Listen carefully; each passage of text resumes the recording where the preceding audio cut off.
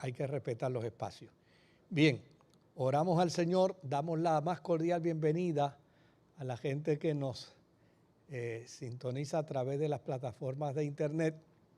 Esperamos que en esta noche nuestro estudio bíblico sea de bendición y sea de edificación a ellos. Señor, gracias te damos por este privilegio que nos das de poder venir a estudiar tu palabra, a reflexionar sobre de ella y sobre todas las cosas a permitir, Señor, que tu palabra hable y ministre a nuestros corazones. Trae con bien a los que vienen de camino y a nuestros hermanos que a través de la internet se vinculan a nosotros. Que tu gracia y tu bendición sea sobre de ellos. En el nombre de Jesús, tu Hijo, lo pedimos, Señor. Amén. Amén. Bueno, hoy estamos ya prácticamente en el último capítulo del libro de Efesios. Yo voy a leer los 20 versículos del capítulo porque tengo la esperanza de que lo podamos concluir hoy. Y así ya el martes que viene podamos entrar en otro tema. Efesios 6, verso 1 al 20, dice la Escritura: Hijos, obedeced en el Señor a vuestros padres, porque esto es justo. Honra a tu padre y a tu madre, que es el primer mandamiento con promesa, para que te vaya bien y seas de larga vida. Y vosotros, padres, no provoquen a ira a vuestros hijos, sino criadlos en disciplina y amonestación del Señor. Siervos, obedeced a vuestros amos terrenales con temor y temblor, con sencillez de vuestro corazón como a Cristo, no sirviendo al ojo como los que quieren agradar a los hombres, sino como siervos de Cristo, de corazón, haciendo la voluntad de Dios, sirviendo de buena voluntad, como al Señor y no a los hombres, sabiendo que el bien que cada uno hiciere, ese recibirá del Señor, sea siervo o sea libre. Y vosotros, amos, haced con ellos lo mismo, dejando las amenazas, sabiendo que el Señor de ellos y vuestro está en los cielos y que para Él no hay acepción de personas. Por lo demás, hermanos míos, fortaleceos en el Señor y en el poder de su fuerza. Vestíos de toda la armadura de Dios para que podáis estar firmes contra las acechanzas del diablo.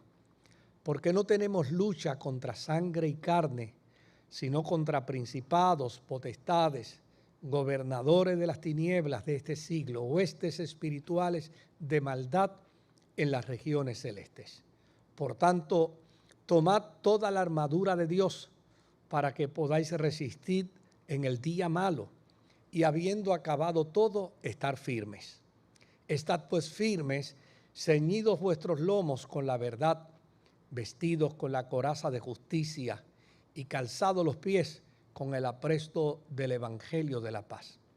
Sobre todo, tomad el escudo de la fe, con que podáis apagar todos los dardos de fuego del maligno, y tomad el yelmo de la salvación y la espada del Espíritu, que es la palabra de Dios, orando en todo tiempo y súplica en el Espíritu, y velando en ello con toda perseverancia y súplica por todos los santos y por mí, a fin de que al abrir mi boca me sea la palabra para dar a conocer con denuedo el misterio del Evangelio, por lo cual soy embajador en cadenas, que con denuedo hable de él como debo hablar.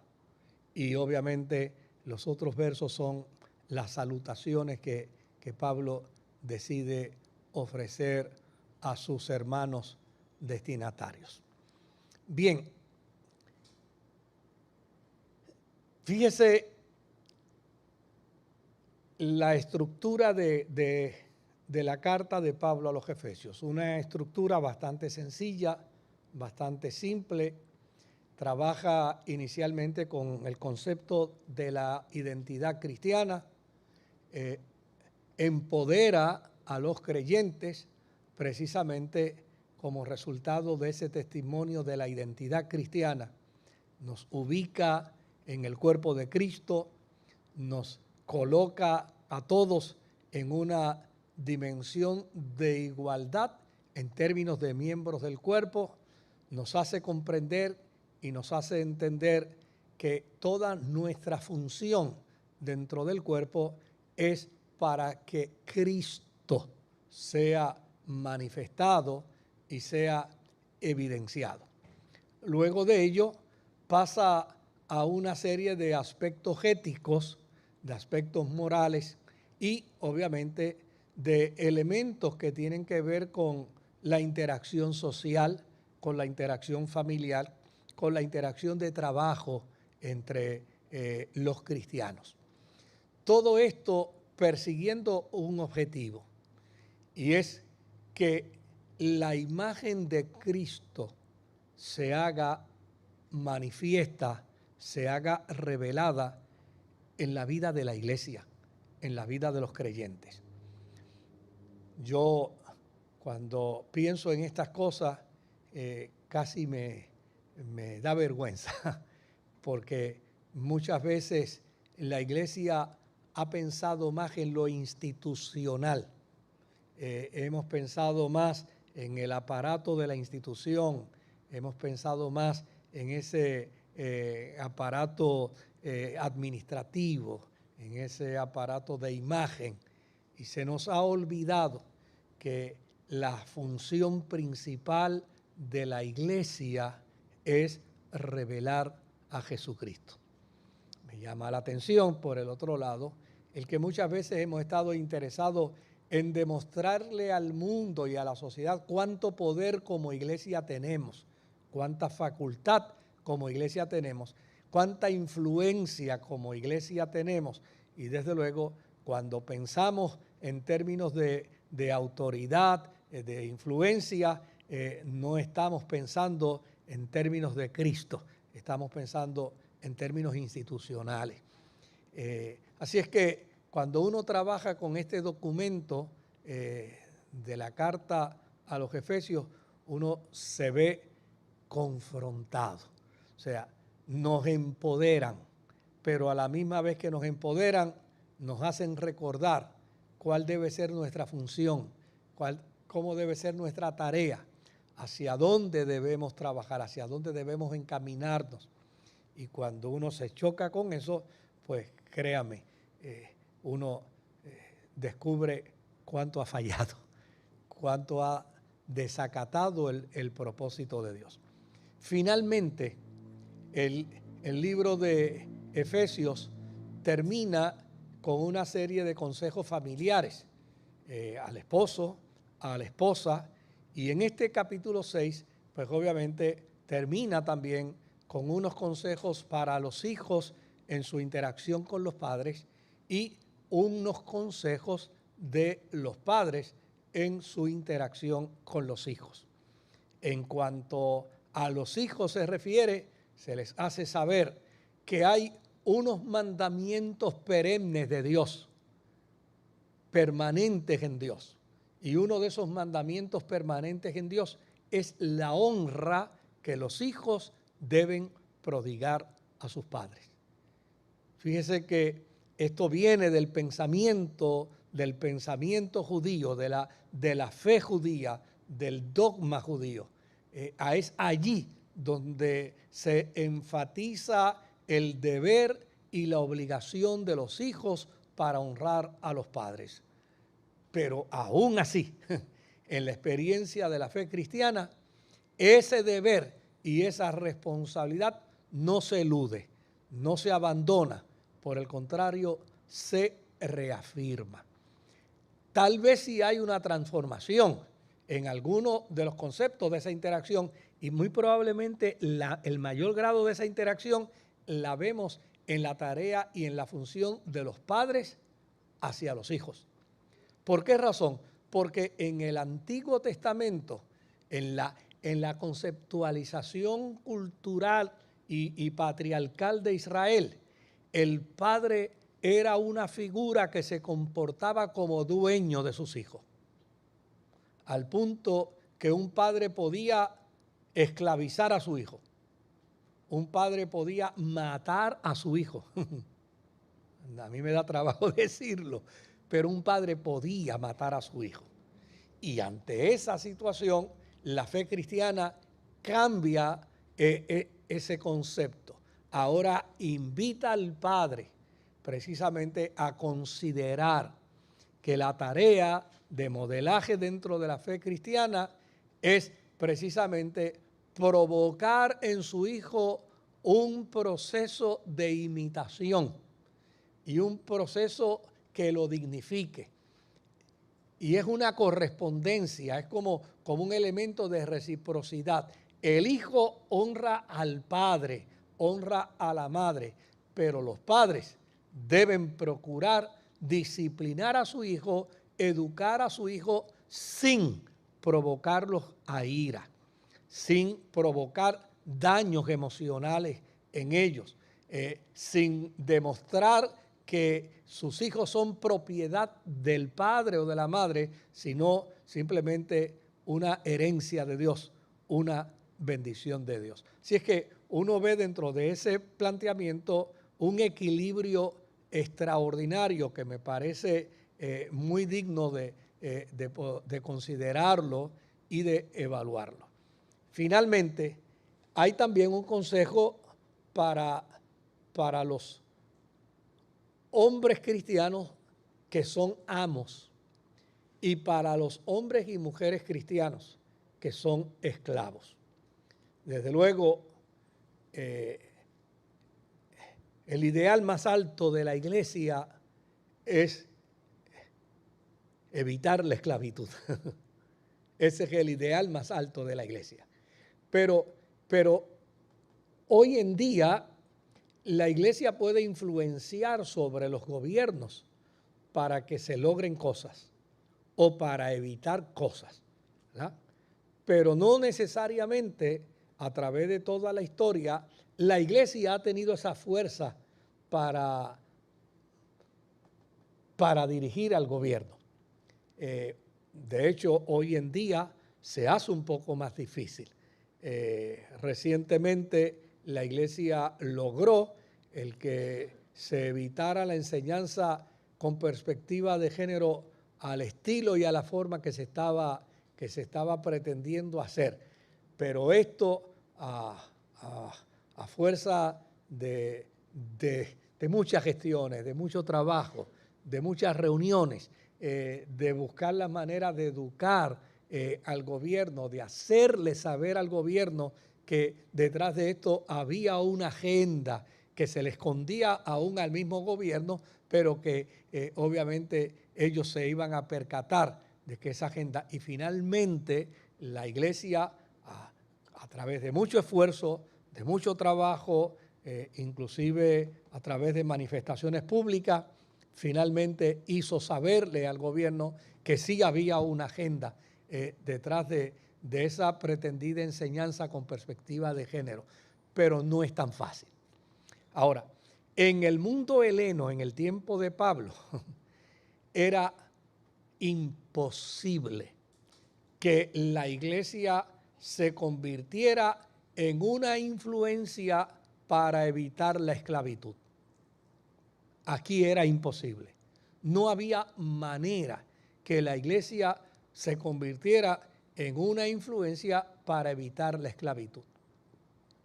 Por lo tanto, la iglesia no podía desarrollar una campaña de marcha, de charlas, de conferencias para concienciar al mundo heleno de que la esclavitud tenía que ser eliminada. Eso era un sueño imposible. Es en Estados Unidos y dio trabajo. Y aún después que se eliminó la esclavitud, acabar con el apartheid costó vidas y dio muchísimo trabajo. Imagínense en el tiempo heleno, donde en el primer siglo, donde la esclavitud era parte del pensamiento que promovía el desarrollo de la agricultura, el desarrollo comercial, etcétera, etcétera, etcétera. Era imposible, era imposible. A veces yo me topo con algunos creyentes, algunos estudiosos bíblicos que censuran a Pablo por estos versos. Y dicen, pero mira cómo es posible que Pablo esté haciendo unas recomendaciones aquí a los amos y a los esclavos, como si él estuviera avalando. Yo creo que si Pablo hubiera tenido a su alcance la oportunidad de evadirlo, pues lo hubiera hecho. De invalidarlo, lo hubiera hecho. Pero en aquel momento era imposible. Lo más que la iglesia podía hacer fue lo que hizo el apóstol San Pablo, desarrollar una conciencia.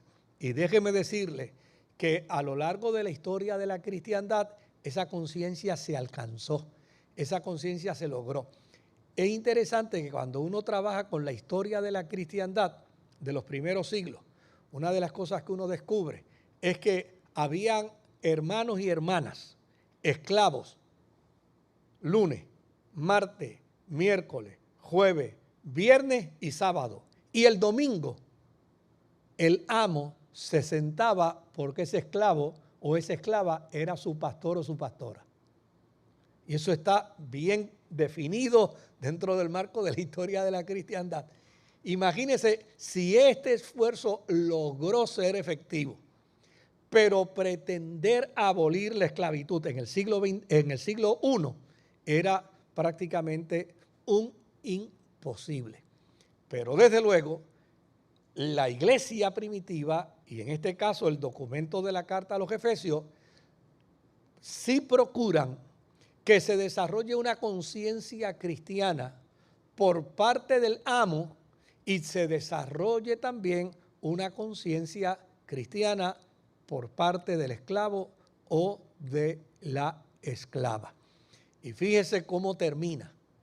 Termina diciéndole al amo que tiene que tener mucho cuidado con el esclavo cristiano, con la esclava cristiana, porque Dios no hace acepción de personas.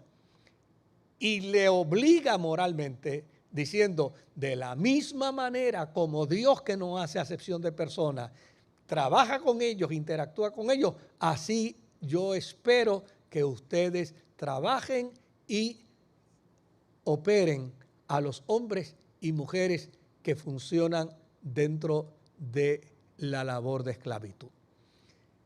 Desde luego, vuelvo y les repito, más adelante la iglesia empieza a trabajar con este problema, pero cuando digo más adelante, son muchos pasos de siglos adelante. Note bien que en Puerto Rico, de no haber sido por Fray Bartolomé de las Casas, ya estábamos en el siglo XVI y todavía siglo XVII, y todavía la esclavitud estaba aquí, y obviamente quienes trajeron la esclavitud fueron los religiosos del mundo católico español que vino a Puerto Rico.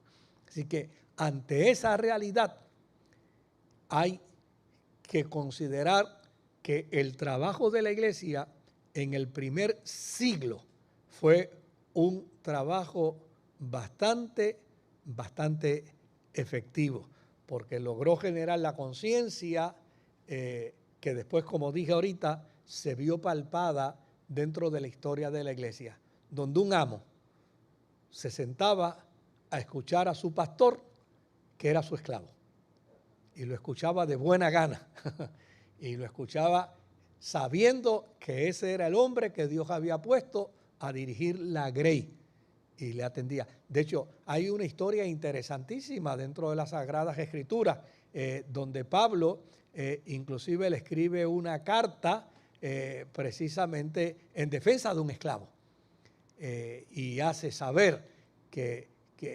ese esclavo merece respeto, atención, admiración, e inclusive dice, y si algo te debe, ponlo a mi cuenta, pero acuérdate que tú me debes más de lo que el esclavo te puede deber a ti. O sea que Pablo crea ese tipo de conciencia. Ahora, después Pablo pasa a un término que a mí me parece que es magistral, pero magistral por demás. Es cuando Pablo comienza entonces a desarrollar dentro de la vida de los cristianos una conciencia de su identidad en términos de función. Cuando Jesucristo aparece en su ministerio, una de las primeras cosas que Jesús dijo es que planteó la función y la acción del mal. Planteó la función y el trabajo del diablo. Y Jesús dijo, ¿el diablo vino para qué? Para matar, para robar y para destruir. Y entonces Él dice, mas yo he venido, ¿para qué? Para deshacer las obras del diablo. Lo que esto quiere decir es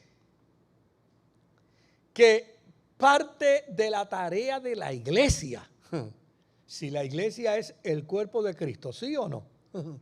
Si la iglesia es el cuerpo de Cristo, parte de la tarea de la iglesia en su representación, y voy a usar un término un poquito técnico, ¿no? En su representación crística, es decir, en su representación de Cristo sobre la faz de la tierra, una de las funciones que la iglesia tiene es deshacer las obras del diablo. Y en esto concurrimos todos. Ahora, donde tal vez tenemos dificultad, no es en el qué, sino en el cómo. ¿Cómo trabajamos para deshacer las obras del diablo?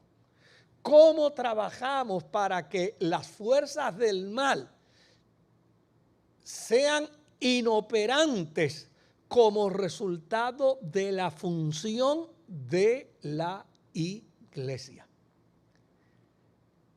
Desde luego, cuando miramos las obras del mal, vemos un proceso de continuidad consistente, permanente, en ocasiones hasta en crescendo. O sea, las obras del mal las miramos como elementos permanentes, elementos consistentes y en ocasiones, ¿verdad?, en crecimiento. Y nos tenemos que preguntar, ¿qué hace la iglesia? ¿Cómo trabaja la iglesia? ¿Cómo funciona la iglesia para evitar que esa constancia, esa consistencia y ese crecimiento y ese desarrollo de las obras del mal sean detenidas como resultado de la acción de la iglesia? Y esto es un gran desafío. Y obviamente yo lo que quiero hacer es una reflexión en cuanto a esto. Porque el apóstol San Pablo está creyendo, como dice el jíbaro, nuestro pie juntilla. Él está creyendo que el aire está empañado de espíritus malos que atentan contra los seres humanos. Eso Pablo lo tiene claro. Hay una fuerza de maldad en el mundo espiritual que obra, que opera, que trabaja en contra del ser humano. No está distante de lo que dijo Jesús. Jesús dijo que el diablo había venido precisamente para hacer daño. Él había venido para interrumpir, para deshacer esa agenda del mal. Y desde luego, cuando Pablo desarrolla su teología sobre las obras del mal, habla del proceso que en el mundo judío, sobre todo en el mundo de los fariseos, se creía con perfecta claridad. había un poder jerárquico dentro de las fuerzas del mal.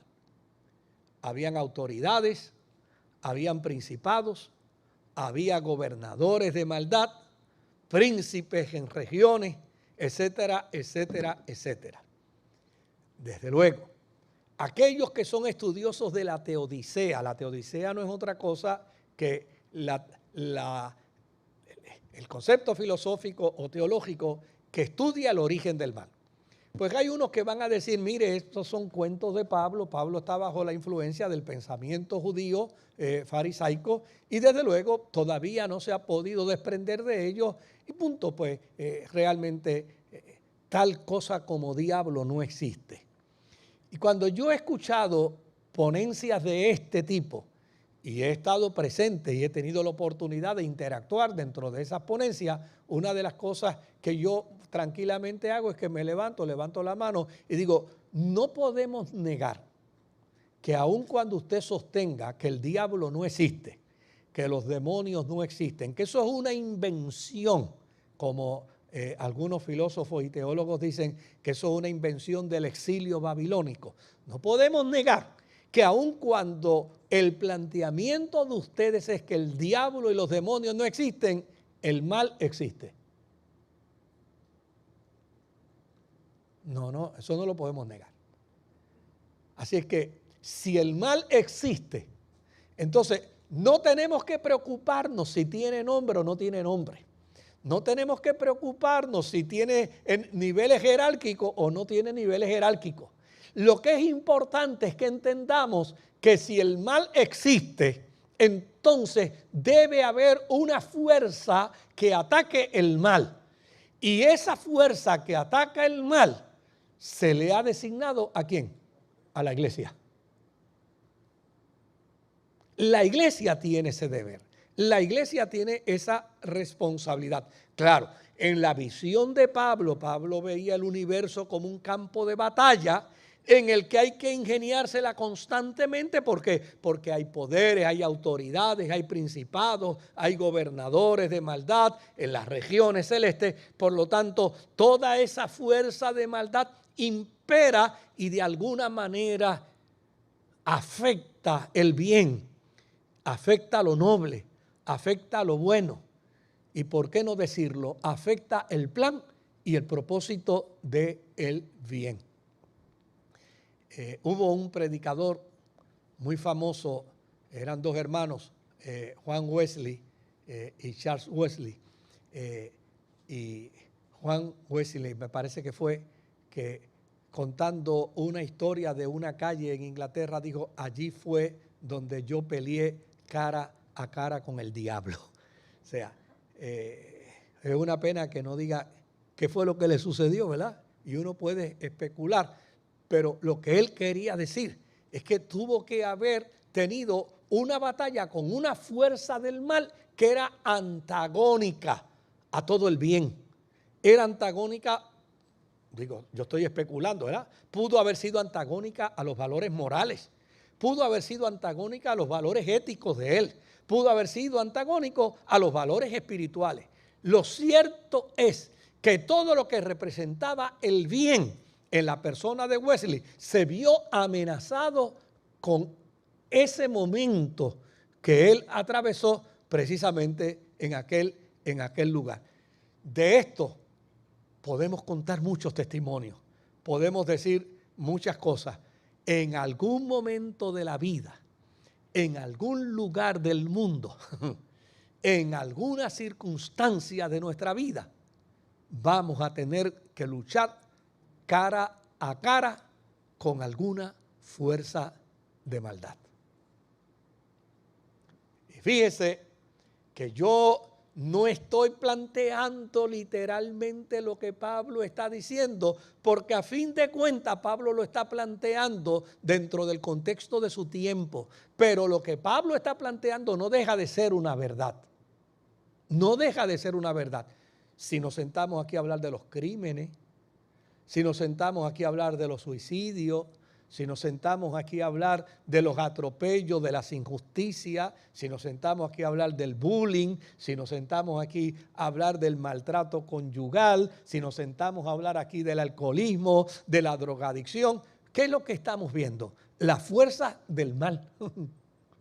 Las fuerzas del mal de forma consistente, de forma constante, en algunas ocasiones de manera ascendente. Hay unos días que vemos más maldad que otros, pero siempre estamos viendo maldad.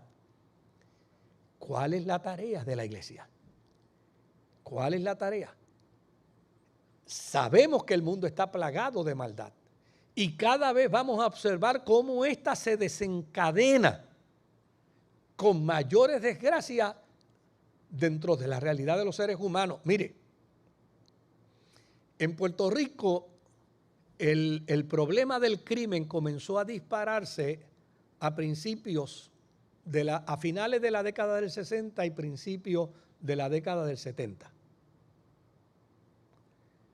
Ahí fue donde empezó a dispararse el mayor auge del problema del crimen en Puerto Rico, donde hubo años inclusive que habían 800, 900, hasta 1000 asesinatos, donde se hablaba de personas que una sola persona podía estar siendo acusada de 15, 16, 18 asesinatos, donde el mar de asesinatos fue tan grande que hasta la policía hubo redadas y hubo acusaciones de miembros de la fuerza que también cometían asesinatos. O sea, ese periodo de tiempo. Ahora, mire lo que a mí me sorprendió. Una pena que yo no guardé ese artículo. No sé cómo no se me ocurrió guardarlo. Pero en la década del 70, me parece para el 72, 73, yo leí un artículo de la revista Times que decía que iba a haber un incremento de la problemática del crimen a nivel de Occidente, donde se iban a ver crímenes como nunca antes se habían imaginado. Y yo leí ese artículo. En aquel momento no le presté toda la atención que el artículo merecía. Pero cada vez que veo las modalidades de crimen que están aconteciendo hoy, uno dice, Dios mío, no estaba lejos de la realidad el autor de ese artículo. Ahora bien, Pablo quiere presentar una alternativa al cristiano para esa situación, porque quien representa a Cristo sobre la faz de la tierra no es el gobernador. Quien representa a Cristo sobre la faz de la tierra no es el Papa. Quien representa a Cristo sobre la faz de la tierra es la iglesia.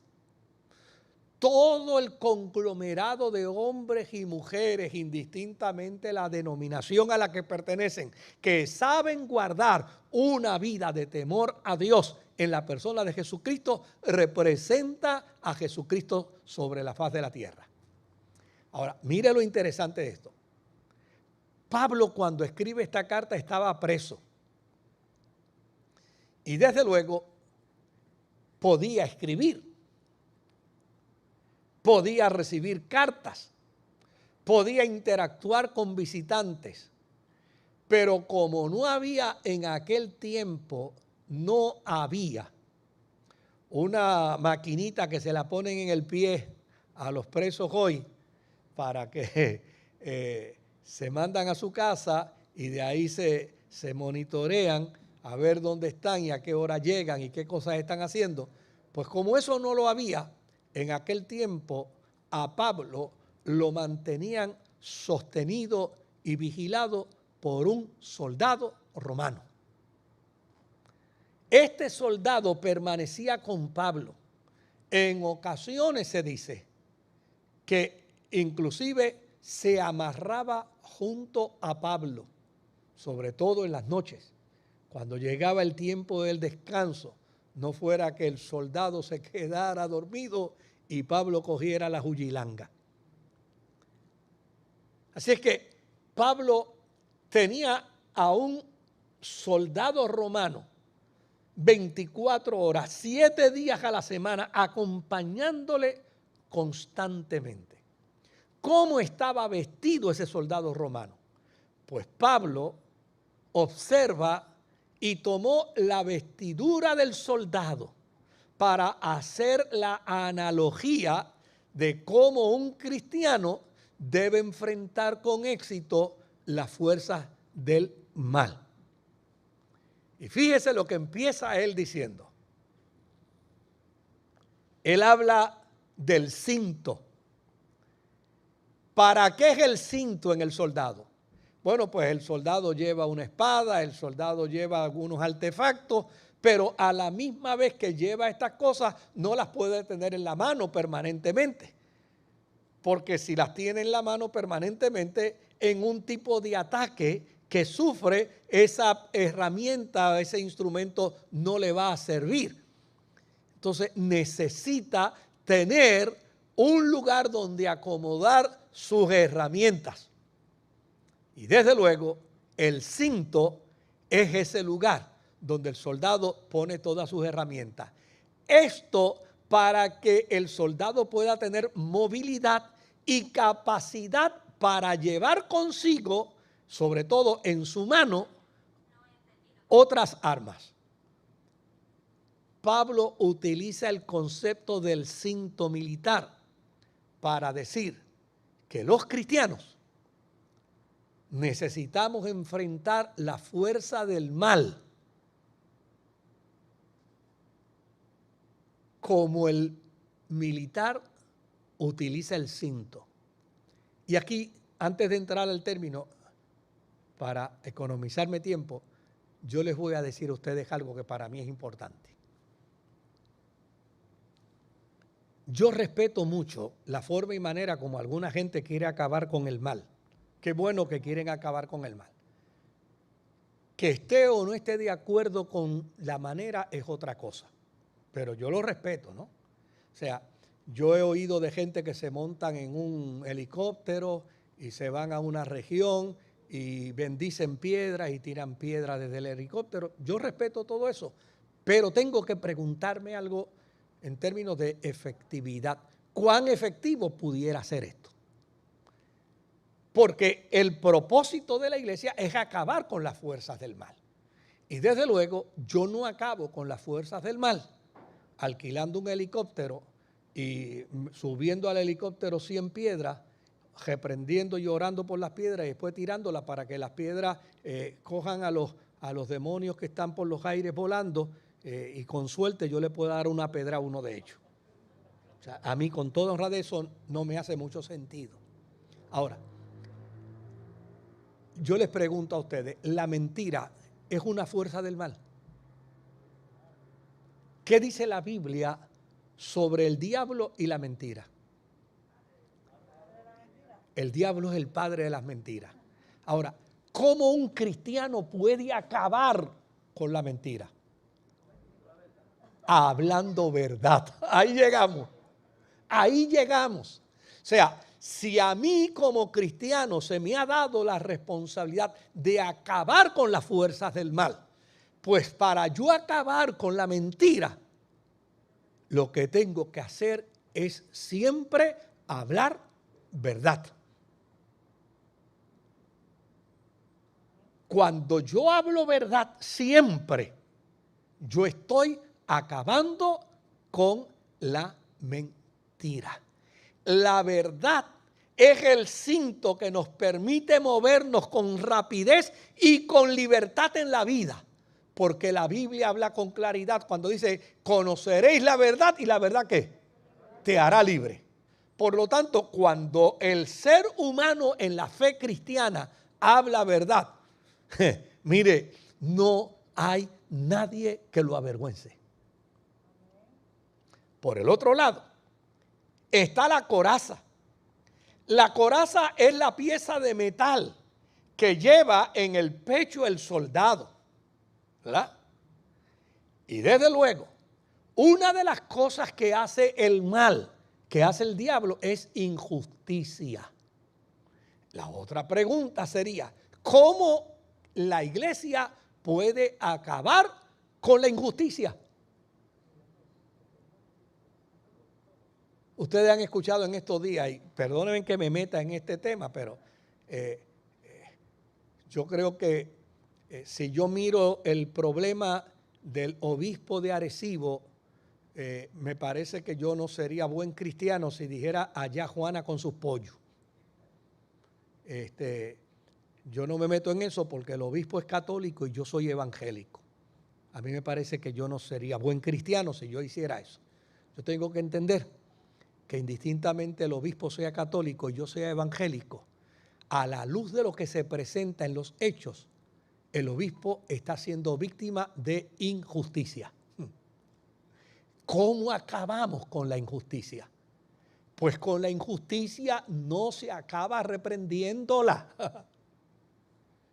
Mis amados hermanos, no acabamos reprendiendo la injusticia, no acabamos con la injusticia reprendiéndola. Eso de que te reprendo, demonio de injusticia, eso no funciona realmente.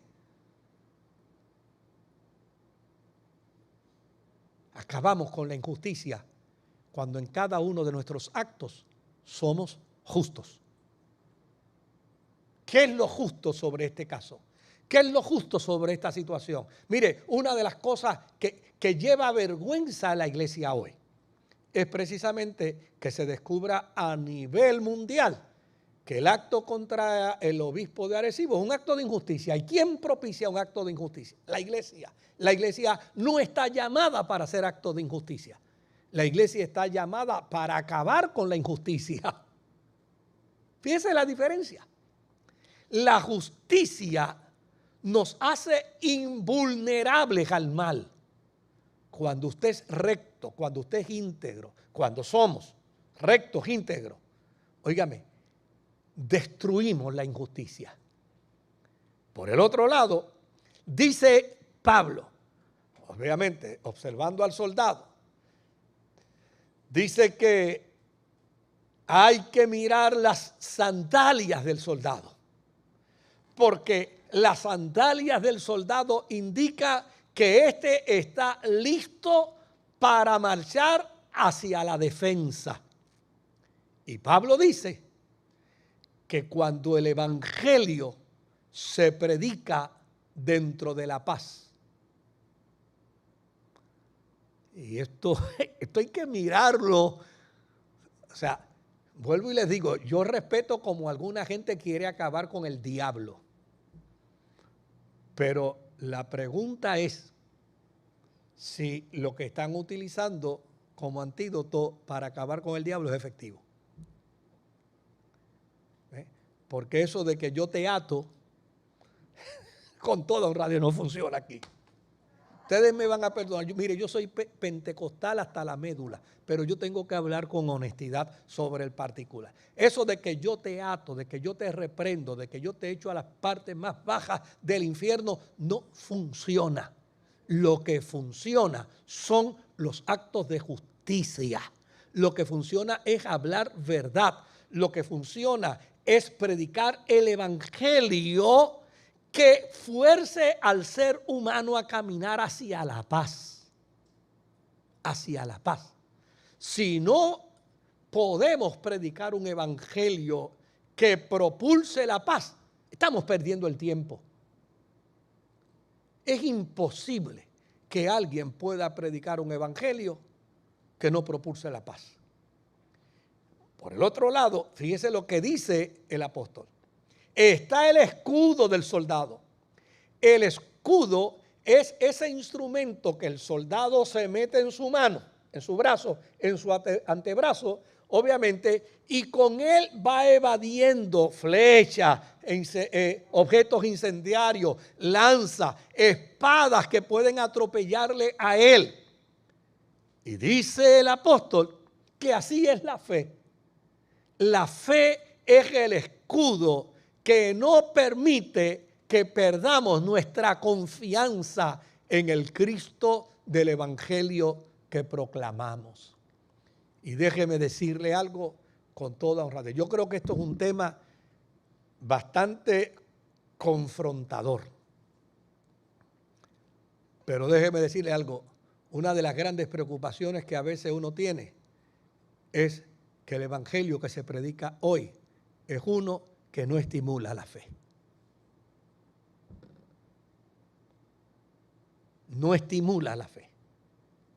Es un evangelio que mera y sencillamente se involucra y se reviste de cultura, se reviste de folclore, pero no provoca la fe.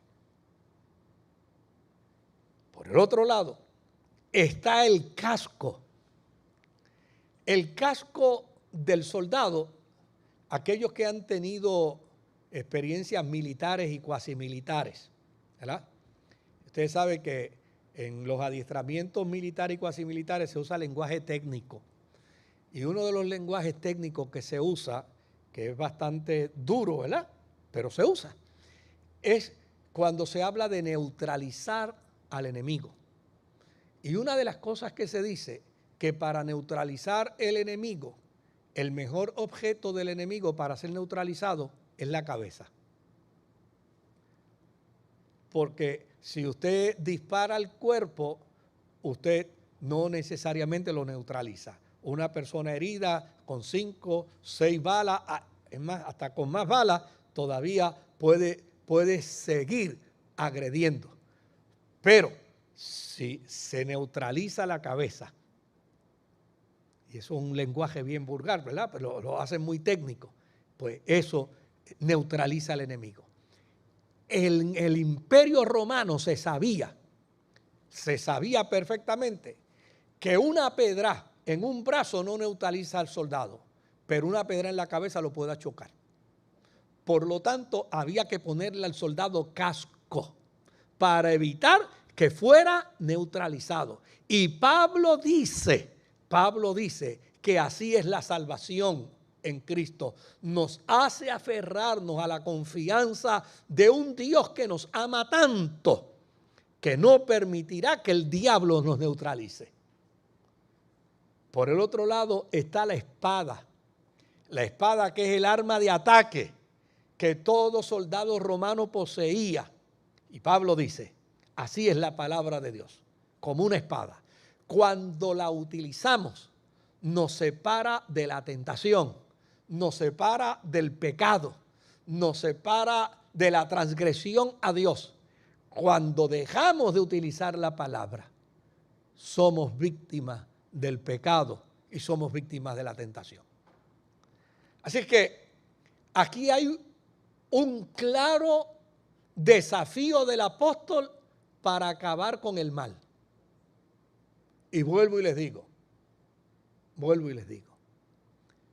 yo nací en Pentecostés, viviré en Pentecostés toda mi vida, moriré siendo pentecostal. Pero yo quiero ser pentecostal adherido a las Escrituras y no a las emociones.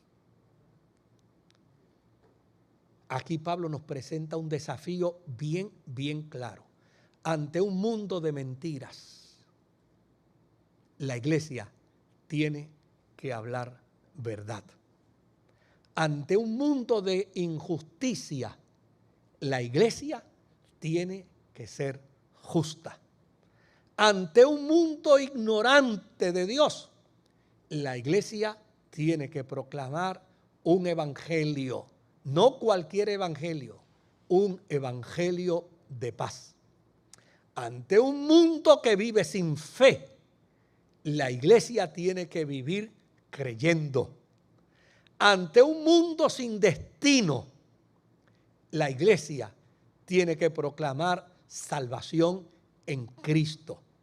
Y ante un mundo sin dirección, la iglesia necesita utilizar la Biblia para que rija el destino de nuestra vida. Estos planteamientos que hace el apóstol San Pablo aquí son una joya. Son una joya extraordinaria. Y déjeme decirle algo. Los hemos ignorado. No hemos trabajado con confianza en ellos. Hemos preferido sustituirlos.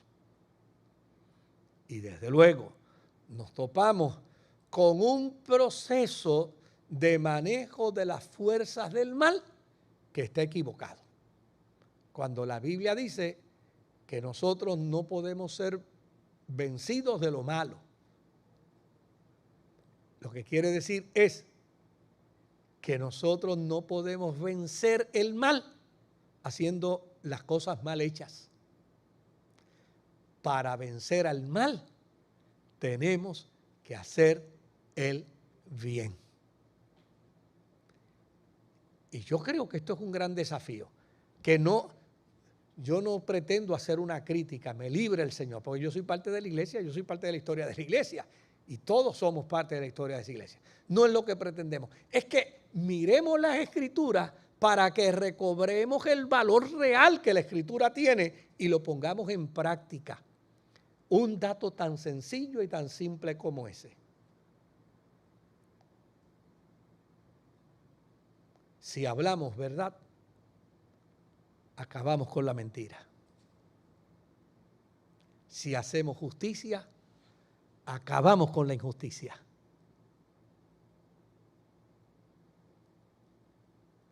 Reprendiéndola, no logramos mucho, tal vez nada. Pero si cada uno de nosotros pone su grano de verdad, su grano de justicia, si cada uno de nosotros empieza a trabajar dentro del marco de la recomendación de Pablo, entonces sí podremos tener la satisfacción como iglesia que el diablo vino a matar, a robar y a destruir, pero la iglesia que representa a Cristo ha venido a deshacer las obras del diablo. Colorín colorado. ¿Algún comentario? Me encantaría escuchar algún comentario, algo que ustedes deseen plantear con mucho gusto. ¿Tú vas a decir algún comentario? Yo pensaba que era que tú ibas. Si hay algún comentario, les escucho de muy buena gana. Adelante, sí. Pastor, yo tengo una pregunta. Ajá. Que cuando usted dijo lo de eso de reprender no funciona y todo. Sí. Me puse a buscar rápido versículos y vi que como que Jesús también llegó a reprender. Dice que él expulsó demonios y como que reprendió. Entonces, pues inicialmente yo leo eso y pensaría que hay un balance, pero Sí. si eso se debe descartar o no, si No. mismo Jesús lo hizo. El justo balance. Hay fuerzas del mal que operan en la vida de seres humanos que la iglesia tiene que orar y tiene que ministrar. Pero aquí no se trata de las fuerzas del mal que operan en la vida de los seres humanos. Aquí se está hablando de las fuerzas del mal que operan en el sistema, en el mundo. Y ahí es que muy poco hacemos. O sea, yo no hago nada. Claro, yo puedo, una persona que está siendo víctima del mal, yo puedo orar por ella, puedo reprender en el nombre de Jesús y puedo procurar libertad para esa persona en el nombre de Jesús. Pero con la conciencia de que el mundo está lleno de mentirosos y está lleno de injustos. Y mire el ejemplo que yo di. O sea, actos de injusticia inclusive por la iglesia. Cuando yo me confronto con esa realidad, muy poco es lo que yo puedo hacer reprendiendo la mentira y la injusticia de este sistema de cosas. No, muy poco. Yo puedo hacer más practicando la verdad y la justicia dentro de este sistema más que reprendiéndola.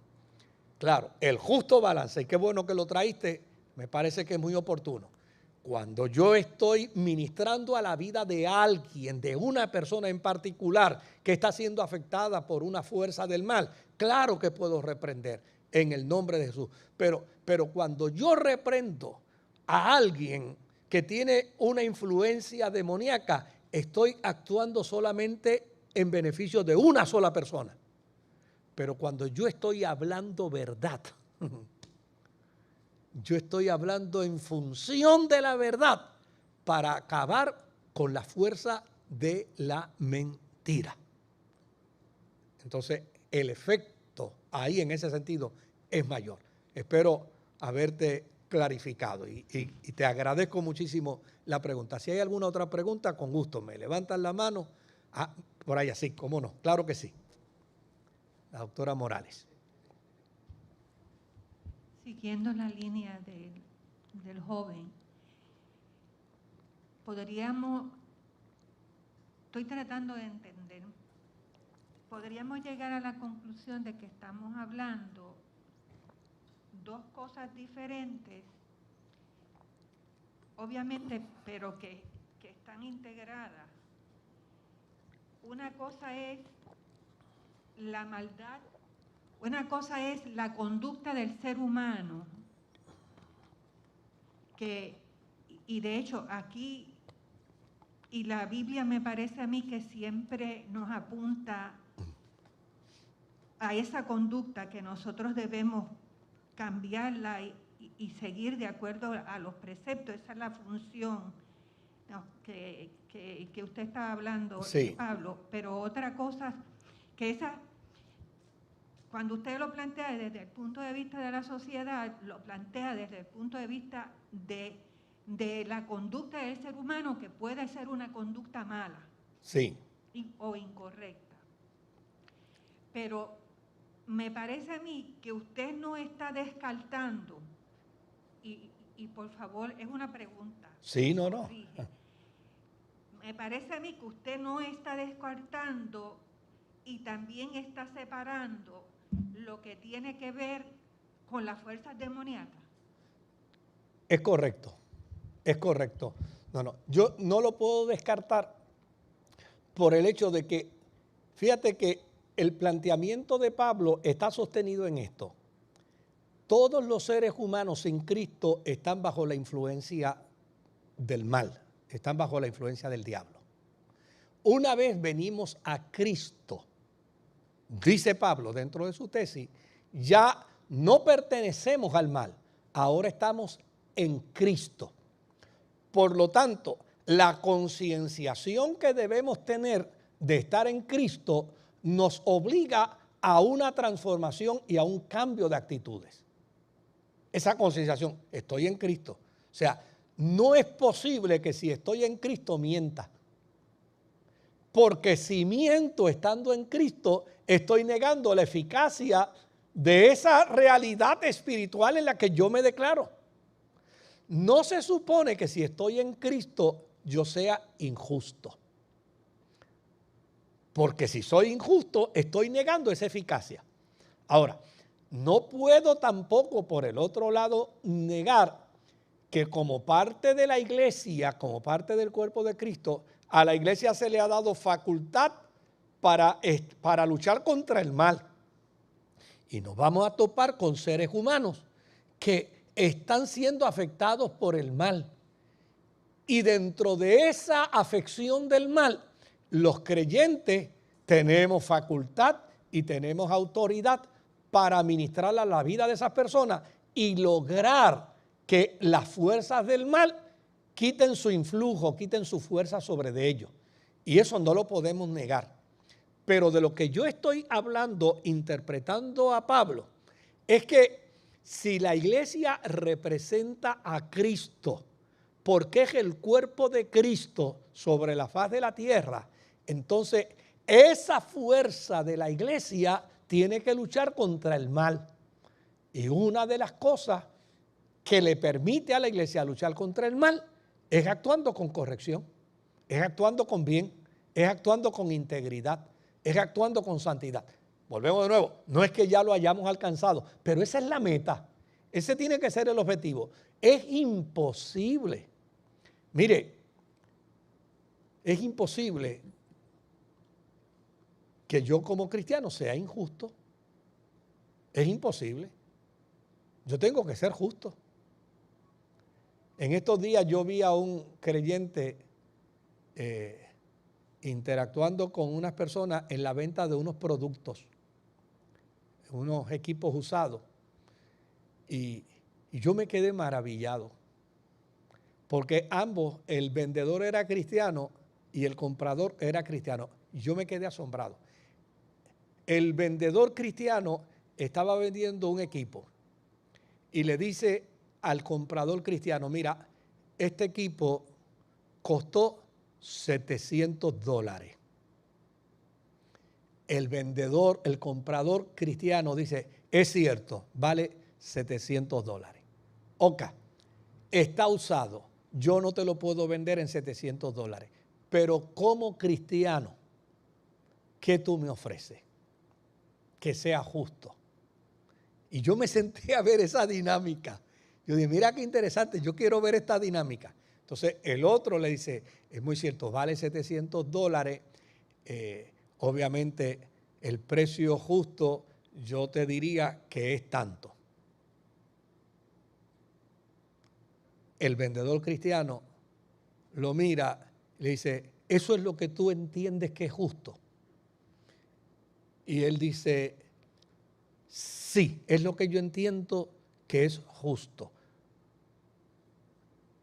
Probablemente cueste menos o cueste más. Probablemente yo tenga que buscar un poco más de dinero para comprártelo, pero entiendo que es lo justo. Entonces, él se voltea, lo mira y le dice, pues si tú entiendes que eso es lo justo, tómalo, en esto te lo vendo. Y yo dije, oye, qué manifestación cristiana más linda. O sea, él cogió el dinero que le dio el otro, partiendo de la premisa de que había hecho el negocio justo. Ese sentido de justicia nos tiene que acompañar. O sea, es como si yo me encuentro una cartera con $500 y dentro de la cartera está la dirección del dueño y está la licencia del dueño y está la identificación.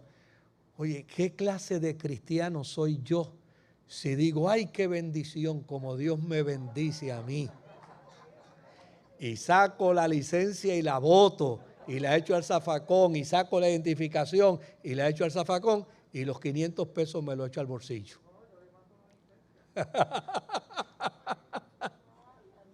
O sea, en ese sentido, fíjese lo interesante de lo que está planteándose aquí por parte de Pablo, el sentido de la justicia. No negamos.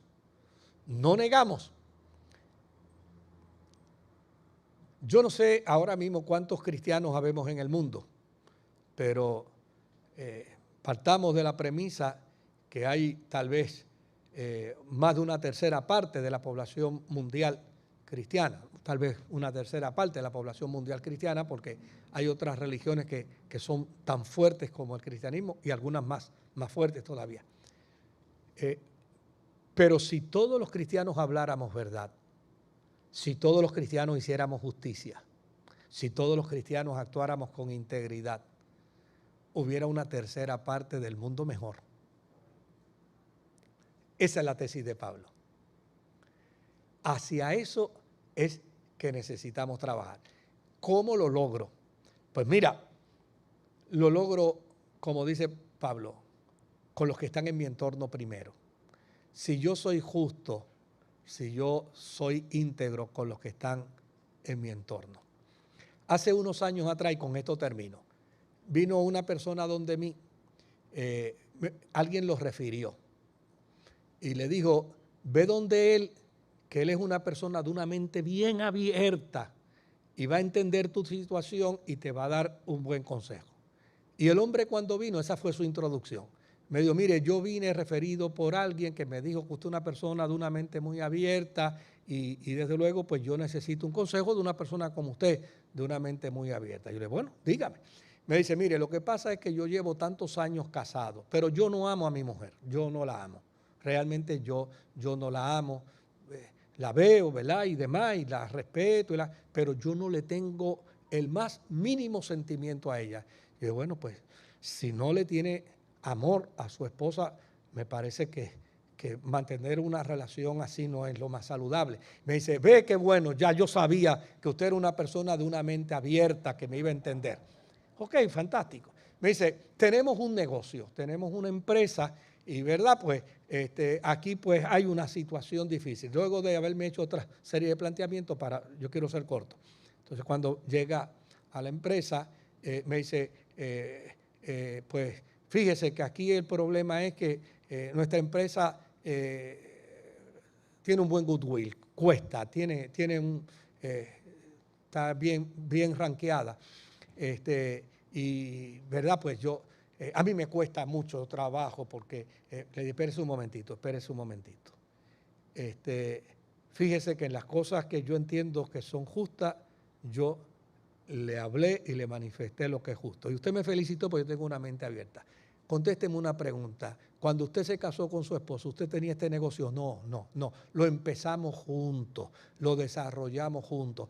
Pues mire, no hay ningún problema. Entonces, lo justo aquí es que usted le dé de manera íntegra la misma mitad de lo que vale su negocio.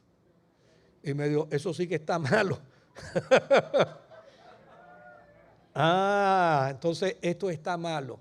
Yo espero que ya su opinión no haya cambiado con respecto a mi persona. Pero si a usted le dijeron que yo tengo una mente abierta, mi mente abierta no admite injusticia. Y yo creo que lo honesto, lo justo, lo cristiano, es que si la va a dejar, le dé la misma mitad de su empresa, porque a fin de cuentas la hicieron entre los dos. Me dijo, ¿usted cree que haya alguna alternativa?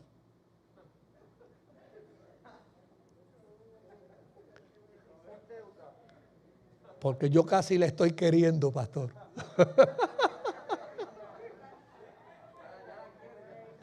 Ya la estoy queriendo. Eso no fue lo que usted me dijo al principio. Me dice, no, lo que pasa es que yo tengo otros problemas. Que tiene otros problemas. ¿Cuáles son?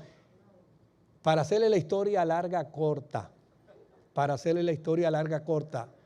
Me los encontré 10 años, 12 años después. Y estaban juntos. Felizmente juntos. Y me dijo, pastor, cuando resolví mis pocas vergüenzas, descubrí que mi esposa era una joya. Y después a manera de broma me dijo, y yo iba a perder mucho chavo, así que no la podía. Ese es el sentido de justicia. Entonces, fíjese cómo podemos luchar. Claro, yo estoy combinando esto con un poco de broma y demás, pero fíjese cómo podemos trabajarlo, cómo lo podemos desarrollar. La iglesia sí tiene facultad para reprender demonios, pero no haría absolutamente nada reprendiendo demonios si no practica la verdad, si no practica la justicia, porque donde está la fuente del mal es precisamente en la injusticia y en la mentira. El diablo es el padre ¿de qué? De toda mentira. Para derrotar al diablo, padre de mentira, lo que necesitamos es hablar verdad. Que Dios me los bendiga, que Dios me los guarde. Señor, gracias por esta noche, gracias por este tiempo, gracias por mis hermanos, gracias por sus aportaciones, gracias por el desafío que tu palabra nos hace. Ayúdanos a crecer en ella, a desarrollarnos en ella y a ver la meta cristiana como una posible, como una asequible, por la ayuda y la asistencia de tu Espíritu Santo. En el nombre de Jesús. Amén. Que Dios me los bendiga. Nos alegra mucho tenerles aquí con nosotros, ¿saben? Me los cuide el Señor. Que Dios